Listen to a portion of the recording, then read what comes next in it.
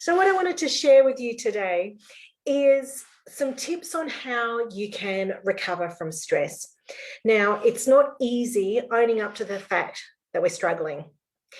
Ignoring it, hoping that things will get better, doesn't really help either. Just keep on trying to push through and get to the other side and think, then I'll be able to take a rest. It doesn't always work, doesn't always happen.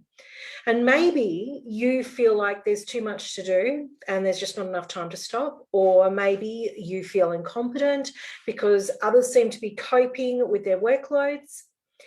Here's the thing.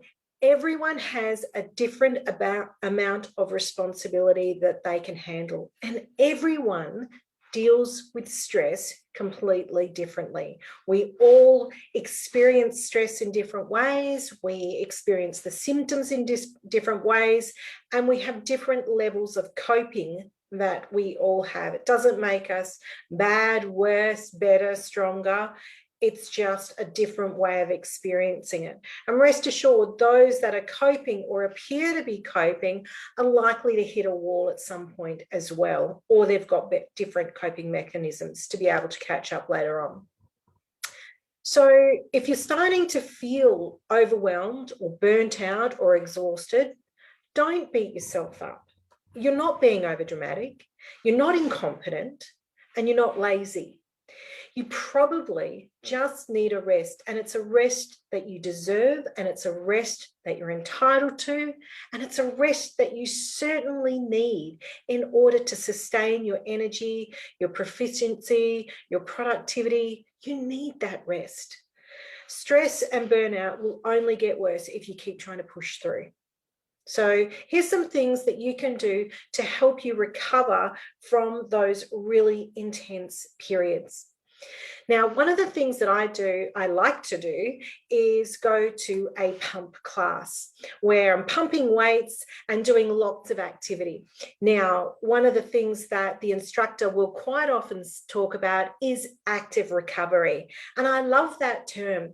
What they're referring to is keeping the body moving, but slowing down the pressure that you're putting on the body. So you're recovering from that massive load that you've just put on your muscles, on your body, but you're still active and you're still moving forward. So it's kind of like you get to rest while you move forward. And I want you to think about that in the context of stress and managing your own emotional, mental, physical energy. The way that you can incorporate active recovery into your life, your working life, or your personal life, is to think about what are the low energy activities. So rather than absolutely falling in a heap, collapsing, burying yourself under the doona, there are ways that you can still create some momentum. So if you're having an off day because you're exhausted and you're overwhelmed and you're burnt out, if you're unable to concentrate, which is a sign of burnout, you're fatigued and not enough sleep, which is a sign of burnout, think about, rather than pushing through and making it worse and exacerbating the problem, focus on what tasks you can do that don't require a lot of physical, mental energy. What are the really simple, mind-numbingly tasks that you can do? The other thing that you can do, another tip, is to name it. Name what you're feeling. Name how the stress is presenting itself to you. Actually identify it, objectify it, put it out there. Research has shown that when you name the feelings and name the issues that you're experiencing, you build greater resistance and you build greater resilience. And it creates a different response in our brain. There's no benefit to being hard on yourself or for having a difficult time and trying to avoid those sensations. Actually identify, how are you feeling? What is it? And give that a name. Perhaps you feel there's no time to pause in order to do that. But by identifying the sensation, you become more aware of your triggers. And this is the next step, the next tip, is to actually listen to your body. The most important thing we can do to maintain our energy, to preserve our energy, and to re-energize is to recognize the signs and symptoms for how stress manifests in us. And remember, for everybody, it's experienced differently.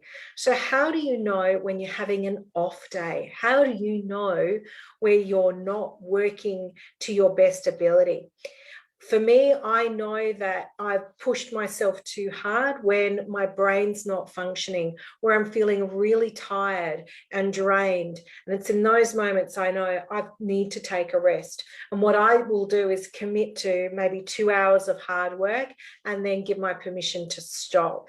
So what are the triggers for you, and where can you identify those sensations of starting to feel you've been too wound up? Sometimes you can feel tense in the shoulders. There's certain body aches.